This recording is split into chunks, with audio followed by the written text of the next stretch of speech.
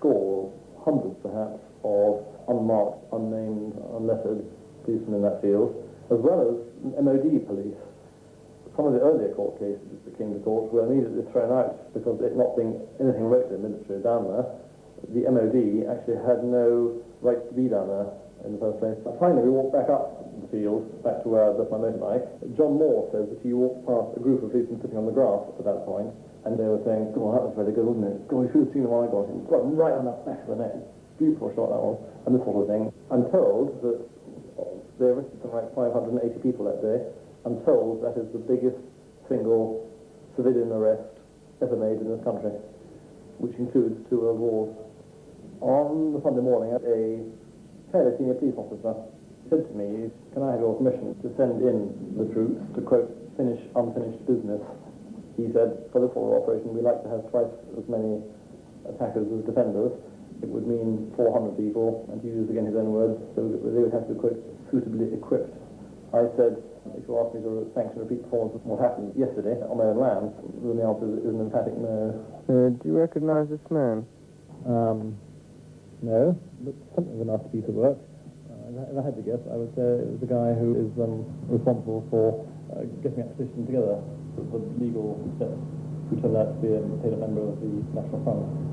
What struck me as somebody who monitored the activities of Leslie Luxvaughan for 25 years was to find that a man who had a very strong Nazi past with international connections, sometimes with people engaged in right-wing terrorism, and a conviction for firearms offences, should be taken on board by local landowners, farmers, and the local authority to some degree, to move on and clear off what they clearly saw and interpreted as lawless elements. Here was a man who in his own right as a lawless element, being given this job. The other thing is, of course, was the story revealed by Nick Davis in The Observer at the time of the offer made by Vaughan and his associates of the provision of ammunition and arms to some of the travellers. Fortunately, it was rejected.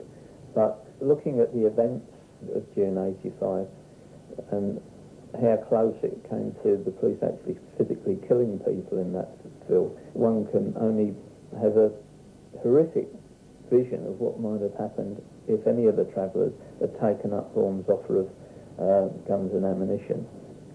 The Savernake seems to have a real attraction for Vaughan and his friends. In the mid-70s, Vaughan was using the code name Warren, which was based on the name of the house he lived in the Savernake, Warren Lodge. And it's not the first time that Vaughan's been involved in this kind of dirty trick. And in some ways, it's just incredible that there were no charges brought against Vaughan as a result of his activities down there. It's just perfectly reasonable, obviously, for people to have a festival in the summer at Stonehenge. And I would have thought that any government in a civilised society would have recognised that that would have been like a perfectly sensible thing to do.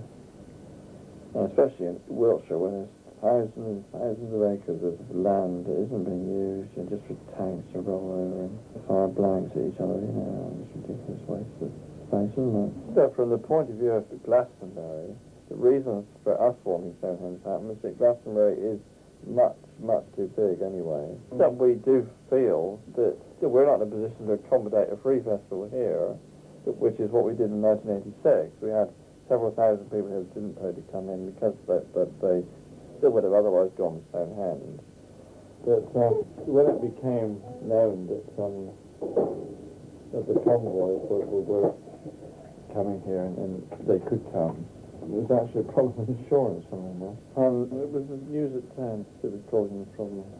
They were trying to just say like it was the end of the world, medieval brigands and all that stuff. And I was taking it all down and saying, well, we've had people like this for years. And this insurance broker got on the phone the next morning and said the insurance is off. You're having people like that. So we had to stage a convoy leaving exercise for the TV.